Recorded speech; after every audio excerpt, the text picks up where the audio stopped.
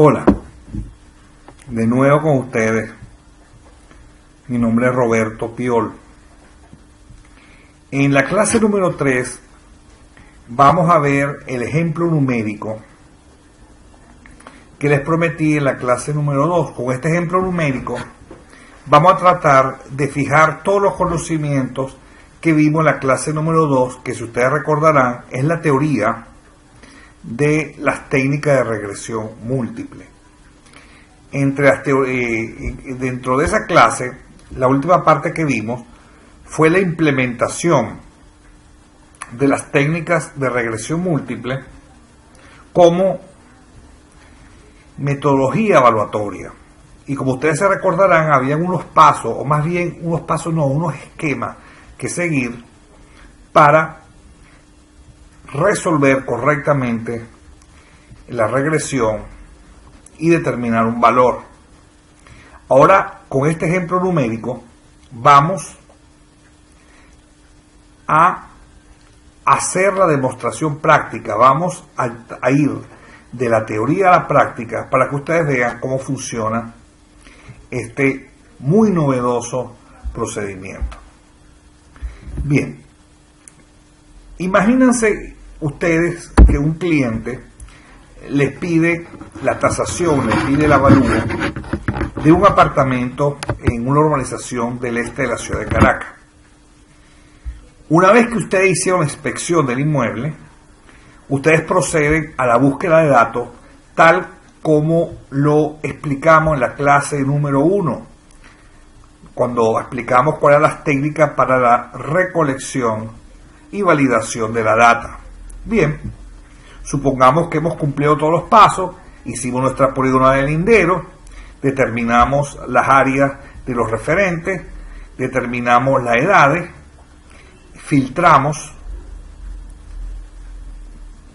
en el caso de referentes de operaciones entre familiares se rechazaban, operaciones entre filiales y sociedades se rechazaban. Cumplimos todo nuestro filtro y al final nos quedan estos 12 comparables, estos 12 referenciales. Con estos 12 referenciales nosotros vamos a calcular el valor de nuestro inmueble y por ende determinar el modelo de regresión que explica el fenómeno del comportamiento del precio unitario en esa urbanización del este de la ciudad. Bien, ahí están nuestros referentes, ahí están nuestros comparables, nuestros referenciales. Fíjense que son 12 referenciales. La variable dependiente es la variable precio unitario, que está expresada en bolívares por metro cuadrado, y las variables independientes son la variable área o superficie, la X1, y la variable edad del edificio, X2. Bien, tenemos nuestros datos y comenzamos por el procedimiento. Si ustedes recordarán en el esquema, el primer proceso era seleccionar el modelo. Pues bien, el Excel genera dos tipos de modelo de regresión: el modelo de regresión múltiple lineal y el modelo de regresión múltiple exponencial. Fíjense en este caso que estamos aceptando la salida número 1. ¿Por qué? Porque en el esquema nosotros decidimos que íbamos a seleccionar como modelo entre el lineal y el exponencial, íbamos a seleccionar aquel modelo cuyo coeficiente de determinación fuera más alto. En este caso, fíjense que ambos coeficientes de determinación comienzan por 0,26, pero el modelo lineal, que es la salida número 1, es 0,269, mientras que el otro, la diferencia es una milésima, 0,268.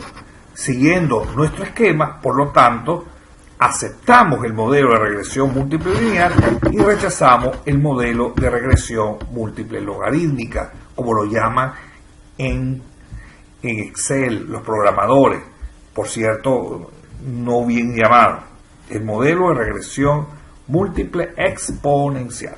¿De acuerdo? Bien, con esto finalizamos nuestra primera paso, el paso A, la selección del modelo. Bien, hay algo que quiero explicarles. Si bien ya mencionamos que la salida de la regresión del Excel es poco amigable, comparándola con cualquier otro software, el SPSS, el Crystal Ball, el StatView, el StatGraphic y tantos software gratuitos que hay, sobre todo en Linux, la salida del Excel es bastante poco amigable. Pero siempre la salida del Excel es como el esquema que ustedes tienen en la pantalla. Fíjese, vamos a suponer que el modelo que vamos a calcular es de una variable dependiente y 4 variables independientes. En la primera fila vamos a tener los coeficientes A, B, C, D, E de el modelo de regresión. Fíjense en el detalle que están al revés. E, D, C, D, A están al revés, están de izquierda a derecha.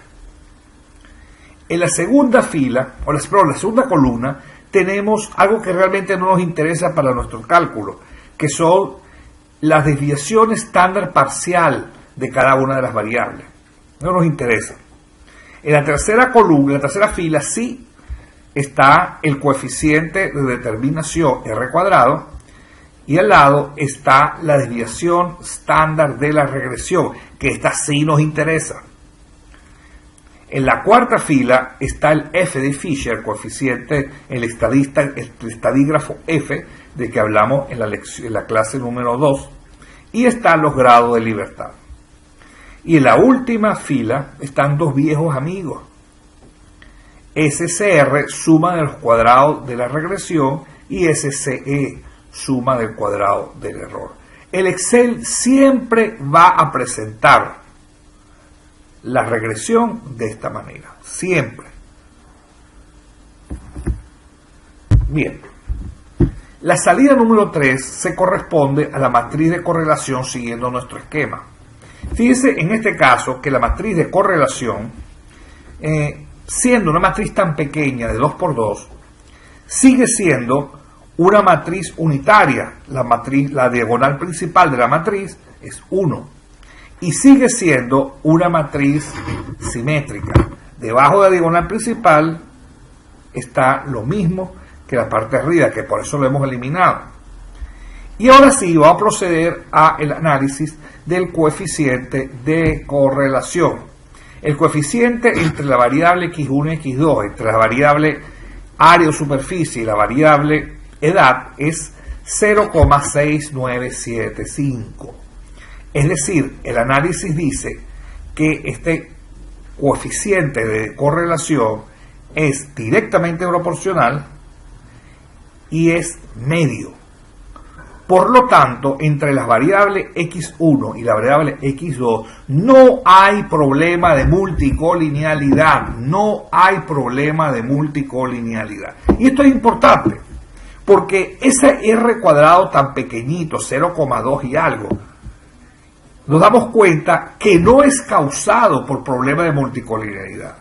Si no es causado por problema de multicolinealidad, este problema de este coeficiente de determinación tan bajo se va a deber a la presencia de valores atípicos en la serie.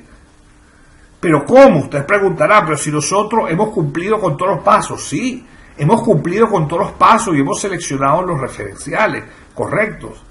Pero precisamente la definición de valores atípicos es esa. Son datos, son elementos que, aún habiendo cumplido todos los requisitos para su selección, no pertenecen a la serie. Están allí por azar, están allí por destino, pero no pertenecen a la serie. Y aquí es donde la estadística va definitivamente a mostrar su poder, identificándolos, para que nosotros los podamos eliminar y recalcular nuestra serie. Entonces, si no hay problema de multicolinealidad, el coeficiente de determinación tan pequeño es causado por un problema de que existen valores atípicos en nuestra serie. Bien, Siguiendo el procedimiento, dice que si existen valores atípicos, hay que identificarlos y después eliminarlos. Bien, identificarlos. Miren, si nosotros estuviéramos trabajando una regresión simple, es decir, una regresión que tiene una variable dependiente y una independiente, como está el monitor, como está la pantalla. Fíjense que hay una sola variable dependiente Y y una variable independiente X1. Ahí es muy fácil identificar a un valor atípico. ¿Por qué? Porque el valor atípico va a ser aquel que se escape más lejos, que quede más lejos, que esté más separado de la curva de regresión, en este caso la recta verde. ¿Okay? Aquí es muy fácil ver cuál es el valor atípico que está señalado con una flecha. ¿Por qué? Porque simplemente es el que más se aleja de la perpendicular de esa curva, o en este caso de esta recta de regresión. Entonces ahí no hay problema para identificarlo. De hecho, si nosotros agregamos una variable, ya nuestro modelo ya es una regresión múltiple. Y, variable dependiente, X1 y X2, variables independientes. Pero resulta que ese modelo se corresponde al modelo de una superficie. Entonces no podemos hablar de curva de regresión, sino de superficie de regresión, tal como lo pueden ver en el ploteo en 3 dimensiones que está en la pantalla. Entonces fíjense que en este caso ya es complicado ya determinar cuáles son los valores que quedan más alejados de esa superficie de correlación, sea por la parte de arriba o sea por la parte de abajo. ¿Okay? Sin embargo, quizás se podría identificar en forma gráfica cuáles son los valores. Pero si agregamos una o varias variables más, ¿qué sucede? Bueno, esa ecuación o ese modelo que está en la pantalla se corresponde a un hiperplano. Ese es el modelo de un hiperplano. ¿Y qué es un hiperplano? Bueno, es un plano que está fuera del espacio convencional. Está fuera del espacio convencional, está en el hiperespacio.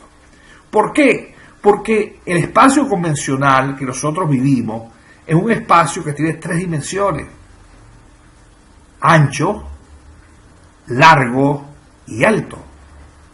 Y fíjense que en la ecuación que aparece en la pantalla son 4 dimensiones: la dimensión que con Y, la dimensión X1, la X2 y la X3. Es decir, no se puede representar porque se va más allá de nuestro espacio convencional, que es un espacio tridimensional.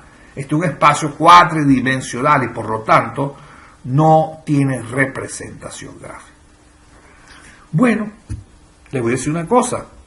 Antes que ustedes y yo estuviéramos discutiendo sobre la representación gráfica, alguien más pensó en el siglo XX, alguien más pensó en este problema. Sí, el que está en la foto es un matemático y estadista hindú americano de apellido Mahalanobis. Bien, ¿qué pasó con Mahalanobis? Mahalanobis, a principios de la primera mitad del siglo XX, precisamente él pensaba lo que estábamos todos discutiendo: ¿cómo hago yo para representar un espacio que pueda yo determinar cuáles son los valores atípicos? ¿Cómo hago yo esa representación gráfica? Y bueno, y se le ocurrió lo que ustedes ven en su pantalla. Fíjense, en el eje de las Y él siguió manteniendo los valores observados, es decir, los precios que nosotros traímos, los precios unitarios que nosotros traemos en registro, que nosotros levantamos de las ofertas. Pero en el eje de las X, él coloca los valores calculados, los valores fitted en inglés, los valores estimados. ¿Estimados por quién? Por la recta de regresión. Y entonces él crea unos pares ordenados de la forma Y sombrerito Y. Y los plotea.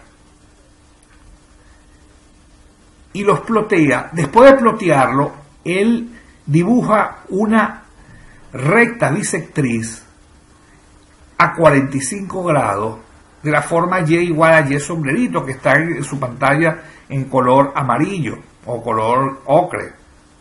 Bien, esa recta bisectriz que divide el plano en dos semiplanos es la representación del hiperplano. Esa recta representa al hiperplano. Y los puntos Y, sombrerito, Y, representan a los datos separándose o acercándose a esa recta ocre que representa el hiperplano. Obviamente, en la pantalla pueden ver de que hay un punto Y sombrerito Y que se distancia de esa recta bisectriz. Bien, esa sería la definición para Mahalanobis de un valor atípico. De hecho, todos los software estadísticos utilizan esta distancia de Mahalanobis como indicador para indicarle al operador, para indicarle al usuario del software, cuáles son los valores atípicos de ese conjunto de datos. Y por supuesto, de ese modelo de regresión. Bien, eso está muy interesante, pero fíjense que para nosotros poder hacer estos cálculos, lo primero que deberíamos hacer es transponer los ejes. Tenemos que rotar los ejes para hacer ortogonales. Y ahí entraría entonces el coseno de phi o el seno de phi para determinar estos valores, y se empieza a complicar los cálculos. Cuando nosotros realmente lo que queremos es identificarlos, solamente cuáles son esos valores atípicos. Por eso, nosotros hacemos una aproximación, hacemos una simplificación. En vez de utilizar el valor de Mahalanobis, nosotros lo que vamos a utilizar es el concepto que nosotros conocemos de residuo, Y menos Y sombrerito. Es decir, nosotros sobre el plano cartesiano calculamos las diferencias de cota entre Y Y sombrerito. Si bien es diferente, esta diferencia de cota es diferente a la distancia de Mahalanobis, sí nos dice cuáles son los datos que se alejan o se acercan de la curva de regresión. En este caso es una recta.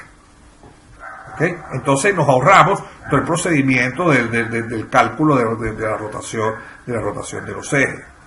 Y podemos identificar cuáles son los valores atípicos. ¿Por qué? Porque los valores atípicos serán aquellos que más se alejen de nuestra recta, nuestra curva de regresión. Bien, ¿por qué es necesario conocer esto? Conocer los residuos. Porque la cuarta condición para que la regresión exista es precisamente esta, que los residuos deben distribuirse en forma normal para que la regresión exista. Los residuos, no los datos. Miren qué cosa tan rebuscada. Los residuos, esos valores de Y menos Y sombrerito para cada punto, son los que deben distribuirse en forma normal para que la regresión exista. Como les dije, las condiciones son bastante complejas, por eso es que por eso es que es difícil que la regresión dé. Bien, ¿y de qué se trata que estos residuos se distribuyan en forma normal? Bueno, si nosotros acordamos la primera parte de estadística, la estadística del análisis de una sola variable, ¿se acuerdan que la distribución normal? La distribución normal se caracteriza porque tiene una campana y dos colitas y es simétrica. Bien, esta condición exige que los residuos se distribuyan en forma normal. Por lo tanto, si se distribuyen en forma normal, se van a distribuir dentro de la campana y no debajo de las colitas. Y si no se distribuyen en forma normal, debajo de las colitas van a quedar una serie de datos que precisamente son los valores atípicos. Esta es la forma como nosotros los reconocemos, porque ellos se agrupan debajo de las dos colas, sea la cola izquierda o sea la cola derecha. Entonces, esos valores que convergen a las dos colas son los valores atípicos, mientras que los valores que se colocan debajo de la campana son los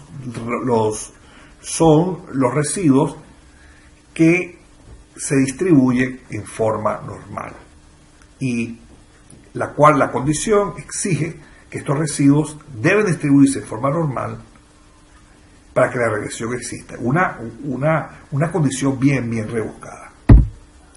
Bien, ¿y cómo calculamos cuáles son los valores que caen debajo de la campana? Bien, a través de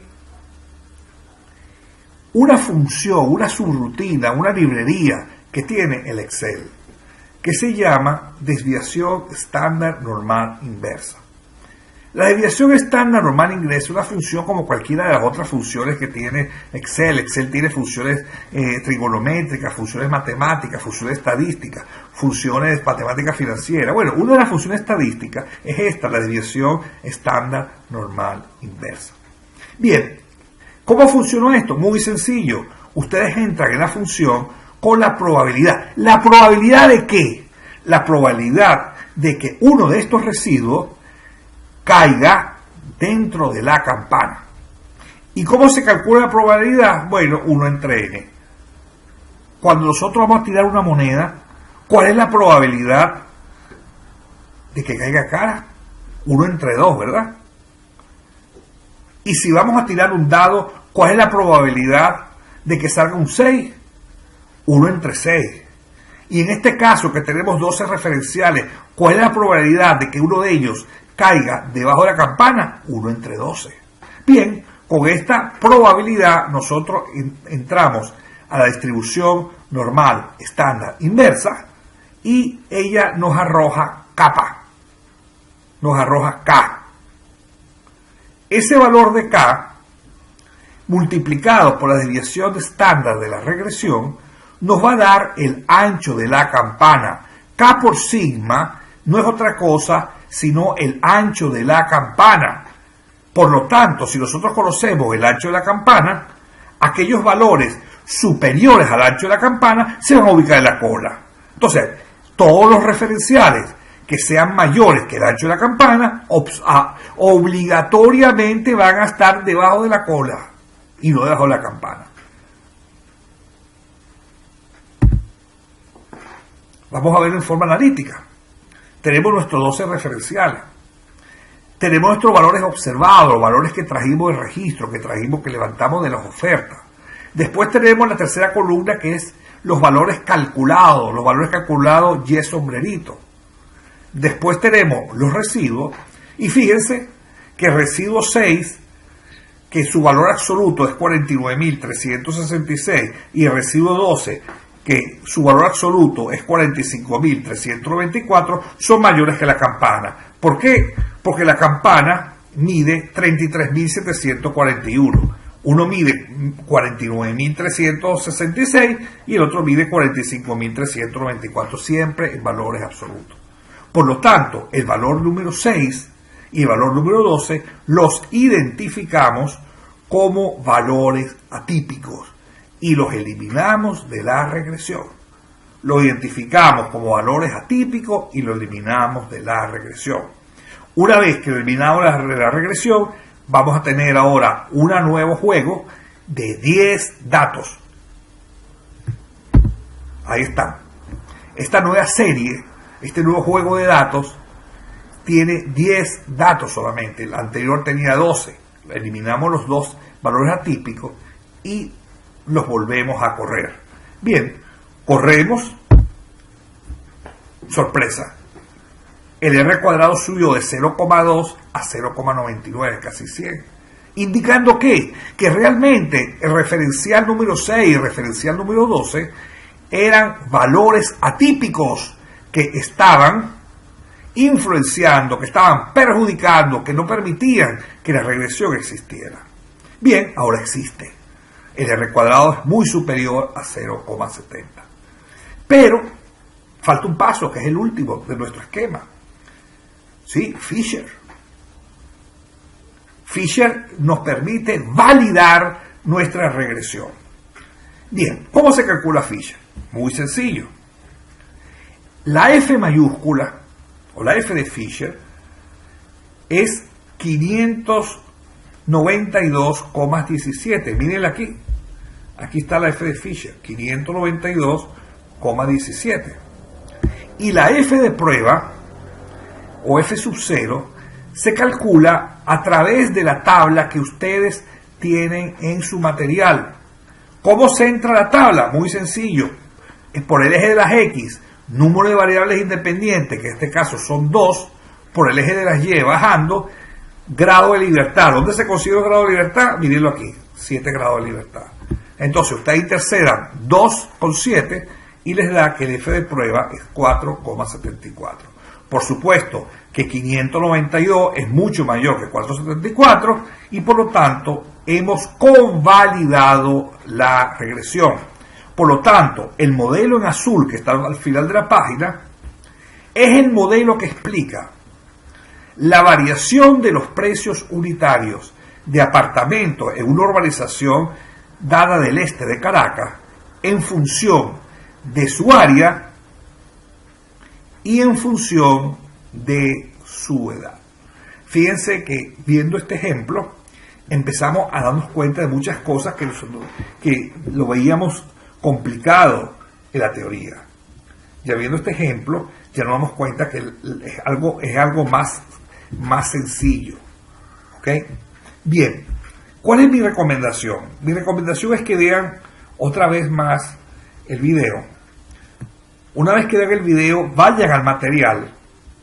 En el material está este mismo ejercicio resuelto y traten de repetirlo y llegar a los mismos valores.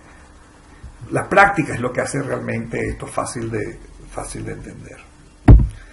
Bueno, muchísimas gracias por su atención. Espero que realmente sepan utilizar este poderosísimo instrumento de la estadística en la resolución de problemas. Y más que poderosísimo, exactísimo. Les habló Roberto Piol. Hasta luego.